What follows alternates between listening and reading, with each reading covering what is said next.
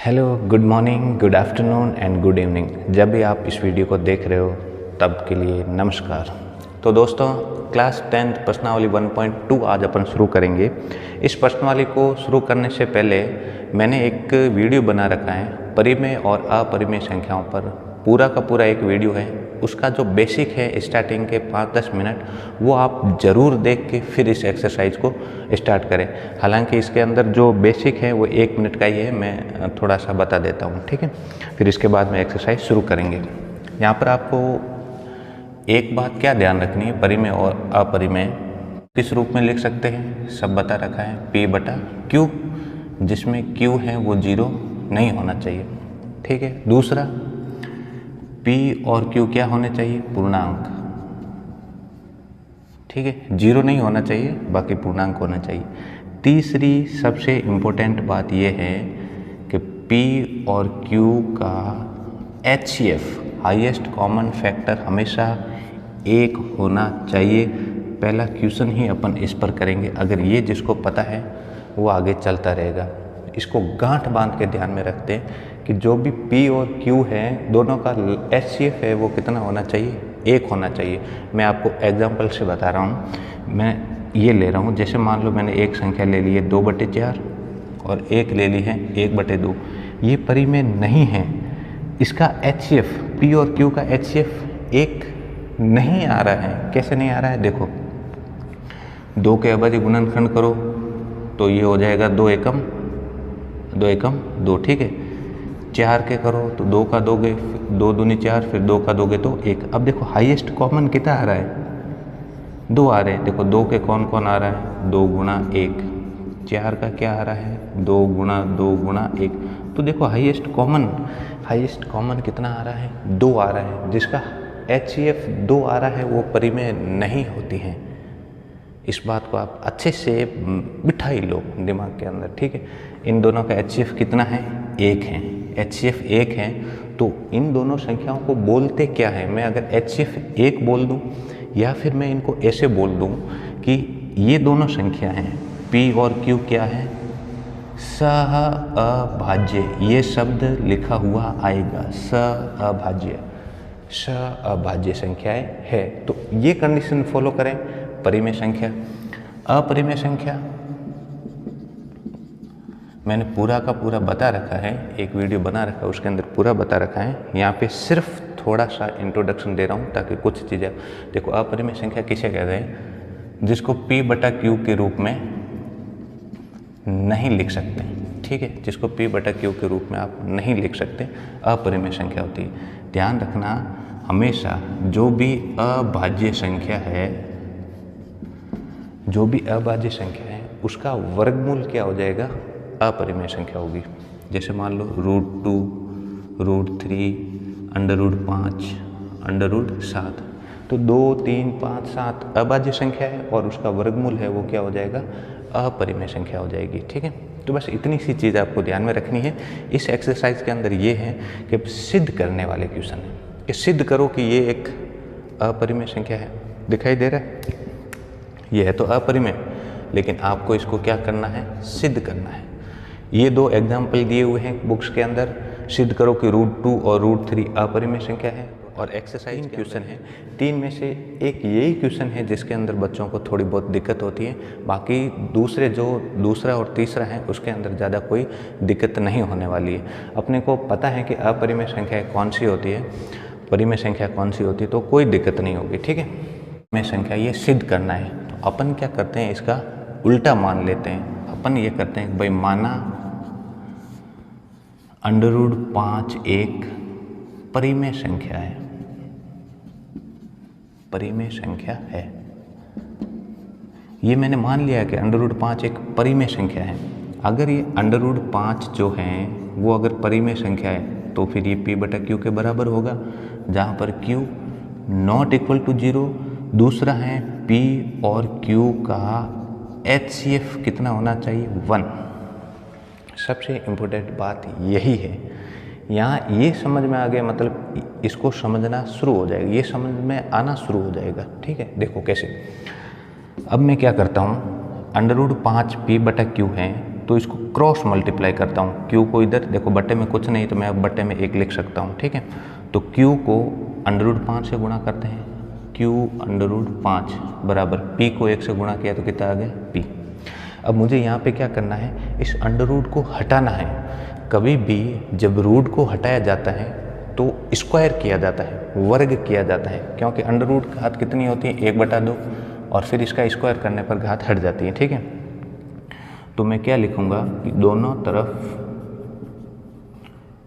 तरफ वर्ग करने पर, दोनों तरफ वर्ग करो तो इसका भी वर्ग करोगे, मैं यहाँ कर देता हूँ क्यू √5 का वर्ग। बिल्कुल एक एक स्टेप बताता रहूँगा आपको। किसी को आता है, ये सब छोटी बातें हैं जिसका बेसिक बड़े अच्छे से हैं, उन सबको ये छोटी चीज़ें आती हैं, लेकिन बहुत सारे बच्चे होते हैं जिनका बेसिक थोड़ा क्लियर नहीं होता है, तो अपन बिल्कुल सारी बातें बताते हुए चलेंगे। देखो क्यू √5 है, इसका वर्ग मतलब वर्ग क्यू के ऊपर भी है और √5 के ऊपर भी है। तो क्यू के ऊपर है तो ये तो हो जाएगा क्यू स्क्वायर, और √5 के ऊपर वर्ग होता है तो वो कितना आ जाता है 5 आ जाता है। तो ये हो जाएगा क्यू स्क्वायर 5, यानी कि मैं इसको क्या लिख सकता हूँ 5 क्यू स्क्वायर बराबर, इधर वर्ग किया तो इधर भी करने का, दोनों तरफ करते हैं बराबर पी स्क्वायर। यहाँ से देखो 5 और क्यू स्क्वायर आपस में गुणा में है और ये एक समीकरण बना हुआ है, तो ये जो गुणा में है उधर जाएगा तो किस में चला जाएगा, भाग में चला जाएगा। तो क्यू स्क्वायर बराबर हो गया पी स्क्वायर बटे 5 22। ये चीज़ अगर यहाँ तक समझ में आ गई तो अब इसको पढ़ना है। कैसे पढ़ना है देखो, पी स्क्वायर में किसका भाग दे रहे हो 5 का, तो मैं लिख सकता हूँ, क्या लिख सकता हूँ कि पी स्क्वायर जो है, पी स्क्वायर है वो 5 से विभाजित है या नहीं है। देखो पी स्क्वायर 5 से विभाजित है, तो पी स्क्वायर 5 से विभाजित है, इसका मतलब पी जो है ना पी, ये पी भी 5 से विभाजित ही होगा। सबसे पहला तो ये आ गया। अब ये पी जो है 5 से विभाजित हो गए हैं। अब देखो फिर आप क्या करना कि P बराबर क्या लिखोगे, P बराबर 5R। ये मैंने क्यों लिखा है, क्योंकि देखो मैंने यहाँ लिखा P जो है 5 से विभाजित है, R और 5 आपस में गुणा में है, तो ये इधर आएगा तो भाग में आ जाएगा, मतलब ये ऊपर वाली लाइन ही तो मैंने ये लिखा है, ठीक है।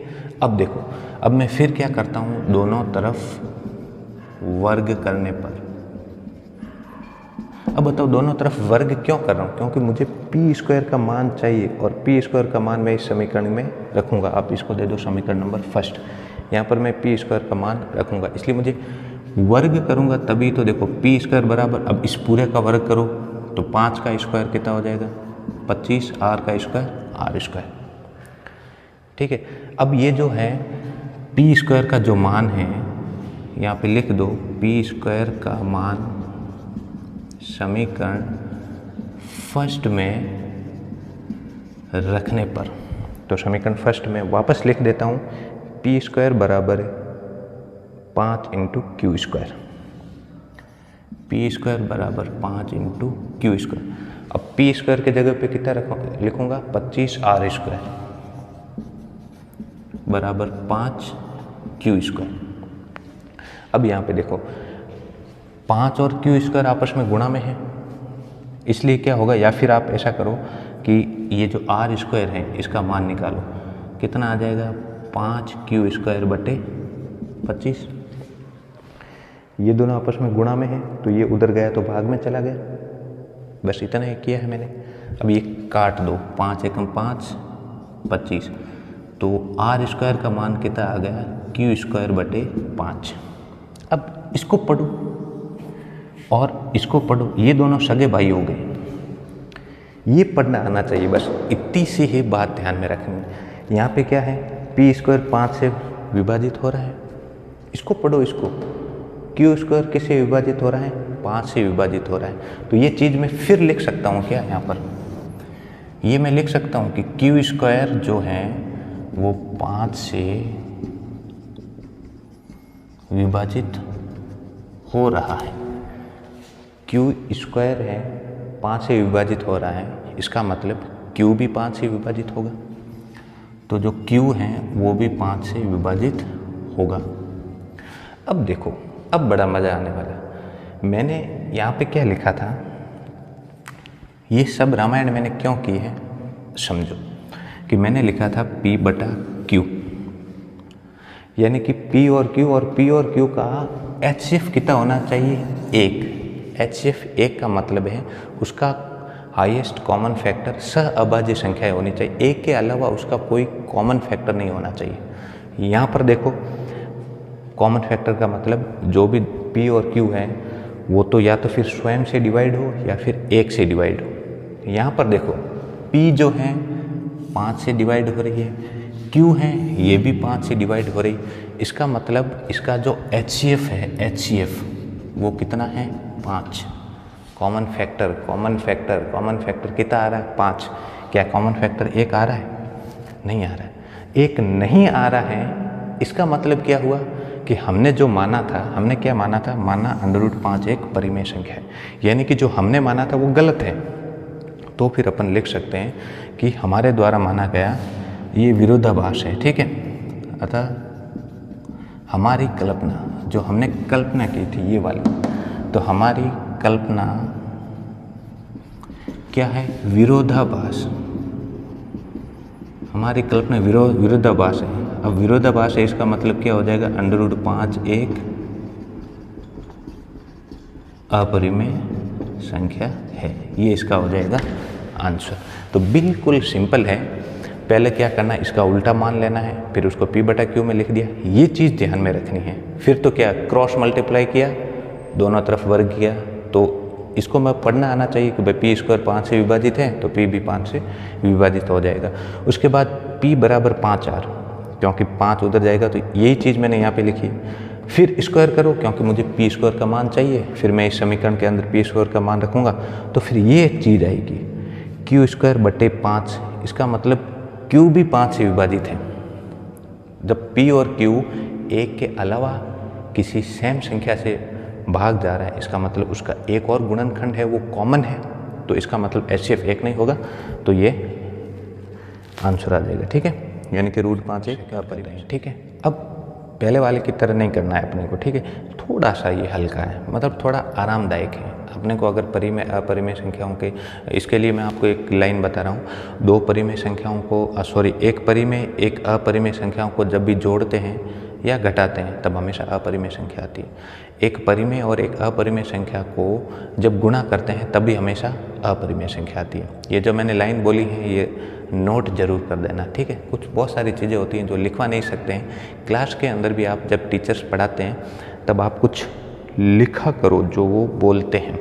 देखो, इसका आंसर करते हैं। सिद्ध करना है कि ये एक अपरिमेय संख्या है, तो उल्टा मान लो। माना 3 + 2 √5 क्या है, एक परिमेय संख्या है। ये मैंने मान के सॉल्व कर रहा हूँ, परिमेय संख्या है तो ये अपरिमेय। मैंने मान लिया कि ये परिमेय है और जो शर्त है परिमेय की वो पूरी होगी या नहीं होगी। शर्त नहीं होगी, सीधी सी बात है, अपरिमेय संख्या है, शर्त पूरी नहीं होगी। तो मैंने मान लिया कि 3 + 2 √5 एक परिमेय संख्या है। अगर ये परिमेय संख्या है तो 3 + 2 √5 को मैं क्या लिखूँगा, P बटा Q। अब देखो, इनमें से कौन सा नंबर आपको अपरिमेय की तरह लग रहा है, 3 नहीं, 2 नहीं, √5, सिर्फ √5 का देखो ये आपको अपरिमेय की तरह लग रहा है। तो √5 को एक तरफ रखो, जब एक तरफ रख दिया इसका मतलब अपरिमेय, और बराबर के उधर भी अगर अपरिमेय आ रहा है या नहीं आ रहा है ये चेक करना है, ठीक है। मेरे कहने का मतलब है कि आप √5 को एक तरफ रखो तो वो तो हो जाएगा अपरिमेय, तो बाकी तरफ भी अपरिमेय हो रहा है या नहीं हो रहा है ये चेक करना है, ठीक है। देखो यहाँ पर क्या है, √5 बराबर उधर तो है P बटा Q। सबसे पहले प्लस का 3 उधर गया तो माइनस का 3, ये 2 फिर इधर गुणा में है, उधर गए तो किस में आ जाएंगे, भाग में। अब इसका एनालिसिस करते हैं, बस हो गया, अपना काम हो गया, क्वेश्चन हो गया। अब परखना आ रहा है या नहीं आ रहा है। देखो P बटा Q एक परिमेय संख्या है, यहाँ देखो P बटा Q क्या है, परिमेय संख्या है, माइनस 3 क्या है, परिमेय संख्या है। तो परिमेय संख्या में से परिमेय संख्या घटाओगे तो परिमेय संख्या ही आएगी। 2 क्या है, परिमेय संख्या। अब देखो परिमेय में से परिमेय गया तो क्या बच गया, परिमेय संख्या, बटे ये क्या है, परिमेय संख्या। परिमेय संख्या में परिमेय संख्या का भाग दोगे तो भी क्या आएगा, परिमेय संख्या आएगी। यानी कि कुल मिलाकर अपना जो उधर वाला राइट हैंड साइड का जो रिजल्ट है वो एक परिमेय संख्या आ रही है। क्यों आ रही है, मैंने बिल्कुल अच्छी तरीके से लिख दिया है। इधर देखो ये √5 है, क्या ये परिमेय संख्या है, नहीं है। तो मैं बोल सकता हूँ कि √5 नॉट इक्वल टू, क्योंकि ये तो क्या है, अपरिमेय, और ये क्या है, पूरा का पूरा परिमेय है। ठीक है, तो मैं इसको P बटा Q माइनस 3/2, ये पूरी की पूरी क्या है, परिमेय संख्या है। तो फिर मैं एक लाइन लिख सकता हूँ कि इसको दे दो समीकरण फर्स्ट। क्या लिख सकता हूँ कि समीकरण फर्स्ट से मैं ये लिख सकता हूँ कि अपरिमेय संख्या नॉट इक्वल टू परिमेय संख्या। जब ये नॉट इक्वल आ गया इसका मतलब जो हमने माना था वो गलत है, बस इतना सा है। अतः हमारी कल्पना विरोधाभास है। अतः हमारी कल्पना है वो विरोधाभास है। इसका मतलब 3 + √5 एक क्या है, अपरिमेय संख्या है। यहाँ से भी देख लो 3 एक परिमेय संख्या है, ये पूरी की पूरी अपरिमेय संख्या है। तो परिमेय संख्या में अपरिमेय संख्या जोड़ोगे तो हमेशा। क्वेश्चन नंबर 3 है, उसके अंदर भी यही सिद्ध करना कि ये एक अपरिमेय संख्या है। देखो 1 है परिमेय संख्या है, √2 अपरिमेय संख्या है, क्योंकि 2 है भाज्य के ऊपर लगा हुआ वर्गमूल। तो परिमेय बटा अपरिमेय हमेशा अपरिमेय होता है। इधर देखो √5 अपरिमेय है, क्योंकि 5 क्या है, अभाज्य संख्या, इसका वर्गमूल अपरिमेय हो गया। अपरिमेय को परिमेय से गुणा करोगे तो अपरिमेय आएगा, है तो ये दोनों अपरिमेय। अब अपने को सिद्ध करना है। सिद्ध करने के लिए अपन क्या करेंगे, अपने को पता है कि जो भी अपरिमेय है उसको एक तरफ लाता हूँ, बाकी सभी को एक तरफ भेज के देखता हूँ कि अपरिमेय है या नहीं। अगर इधर भी अपरिमेय इधर भी अपरिमेय आ जाए तब तो हमारा माना हुआ सही है, और उधर परिमेय आ जाए इधर अपरिमेय तो फिर गलत होगा। ठीक है, देखो करते हैं अपन। माना 1/√2 क्या है, परिमेय संख्या, ये मैंने मान लिया है, ये क्या है, परिमेय संख्या। अब अगर ये परिमेय संख्या है तो फिर मैं 1/√2 को P बटा Q लिख सकता हूँ। दूसरा ये देखो, मुझे ये बताओ, अगर 1/2 है परिमेय संख्या है तो बताओ इसका उल्टा 2/1 है, ये भी तो परिमेय संख्या होगी। ठीक है, क्योंकि ये भी तो पूर्णांक है दोनों, और इसमें Q नॉट इक्वल टू 0 है। तो P बटा Q परिमेय है तो Q बटा P भी तो परिमेय होगी। यानी कि इसको उल्टा करने पर, उल्टा क्यों कर रहा हूँ, क्योंकि मुझे सिर्फ √2 का ही पता है कि वो एक अपरिमेय होती है, और मेरा क्वेश्चन सरल हो जाएगा। तो देखो उल्टा करने पर लिख दो सीधा, उल्टा करने पर दोनों साइड उल्टा करो तो ये तो हो जाएगा √2/1, ये हो जाएगा Q बटा P। ये भी अपरिमेय है, ये भी अपरिमेय है, इसमें कोई चेंज नहीं है।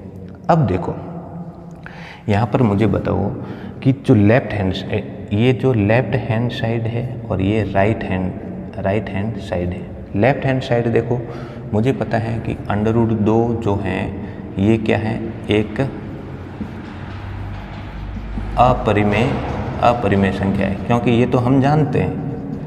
ठीक है, हमें पता है ये हम जानते हैं। अब ये अगर अपरिमेय संख्या है, और दूसरा देखो Q बटा P क्या है, एक परिमेय संख्या है, परिमेय संख्या है। अब देखो इसका मतलब क्या है कि √2 है वो नॉट इक्वल टू Q बटा P, not equal to Q बटा P या P बटा Q।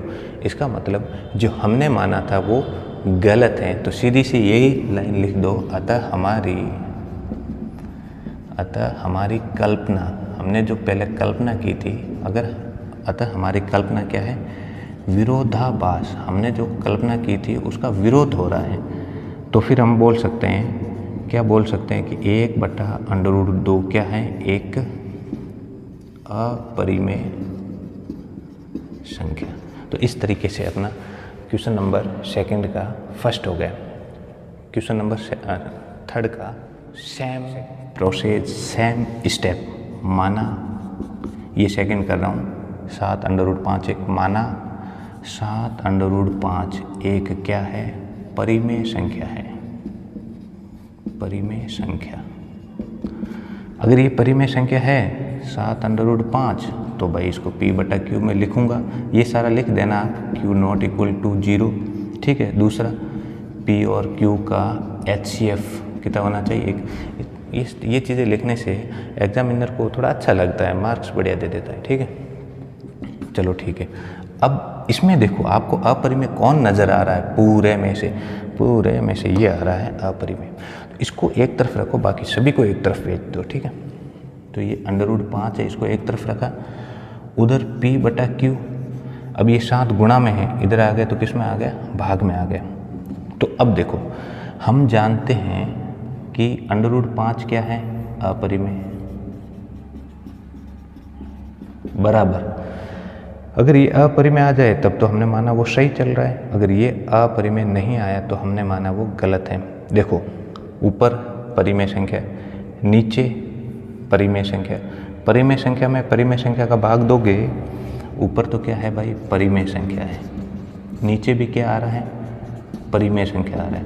तो परिमेय संख्या का परिमेय संख्या में भाग दोगे तो क्या आएगा, परिमेय संख्या आ गया। मतलब यहाँ पर आ रहा है परिमेय संख्या। तो बताओ, अपरिमेय और परिमेय क्या बराबर होती है, नहीं होती है, नॉट इक्वल, बराबर नहीं होती है।